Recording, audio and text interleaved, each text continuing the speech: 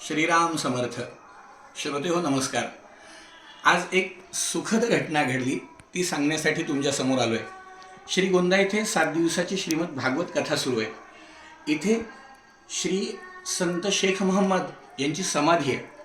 इथे रोज दर्शनाला जायचा नियम केला आणि आज रस्त्यामध्ये गेल्या 1 वर्षापासून आपण श्रीमद भागवत सारामृत कथेचे जे भाग प्रसारित करतोय, या भागाचं नित्यनियमाने श्रवण करणारा सगळ्यात छोटा श्रोता भेटला.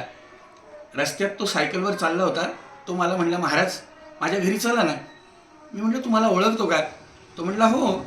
मी म्हटलं, कसं काय? तो म्हणला, मी तुमचे व्हिडिओ रोज ऐकतो. मी म्हटलं, बरं बरं बरं चल. त्याच्या घरी आलो. विशेष म्हणजे तो इथे त्याच्या मामाच्या गावाला आला आहे सुट्ट्यांमध्ये. तो असतो पुण्यामध्ये. मामाच्या गावाला सुट्ट्यात आला, खेळत होता. मला पाहिलं, मला घरी घेऊन आला. आपण त्याला भेटू. तुझं नाव काय बेटा? श्लोक जगदीश आराध्य. कितवीला आहे तू? मी 4थीला. तू किती दिवसापासून व्हिडिओ ऐकतो? मी 1 वर्ष झाली तुमचे व्हिडिओ ऐकत आहे. भागवत ऐकतो? हा. बरं, काय म्हणतो मी? नामस्मरण कसं करतो? ओम नमो भगवते वासुदेवाय गोपाल कृष्ण भगवान की जय.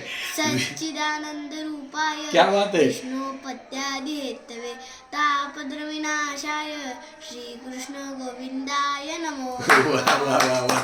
खरंच हे ऐकून इतका आनंद वाटला, इतकं समाधान वाटलं की 1 वर्ष आपण ज्या मेहनतीने हे काम करतोय, खरंच आज जगभरातनं आपण सगळे श्रोते तर त्याला प्रतिसाद देतातच आहात, उत्तम प्रतिसाद देत आहात. पण अगदी या 4थीतल्या मुलांनी नित्यनियमाने भागवत ऐकावं, रस्त्यात भेटून मला घरी येण्याचा आग्रह करावा, माझ्यासाठी खरंच एक अविस्मरणीय ही घटना आहे. बरं, विशेष म्हणजे आता त्याच्या आईशी बोलत होतो. त्याची आई म्हणाली, महाराज तुम्ही सांगितलेले सगळे व्हिडिओ ऐकतो, सगळ्या पूजा पण करतो. आत्ता खंडोबाच्या नवरात्रात सुद्धा त्यांनी पूजा केली म्हणे. काय काय केलं बाळा तू?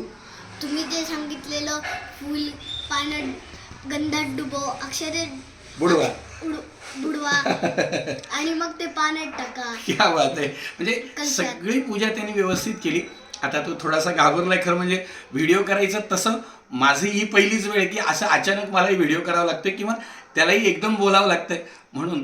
पण तुमच्या सगळ्या श्रोत्यांपर्यंत ही आनंदाची बातमी सांगावी मन राहत नव्हतं, म्हणून खास तेवढ्यासाठी हा व्हिडिओ केला. आपण भरभरून आजपर्यंत दिलेल्या सगळ्या कथांच्या प्रतिसादांबद्दल आपले आभार तर आहेतच.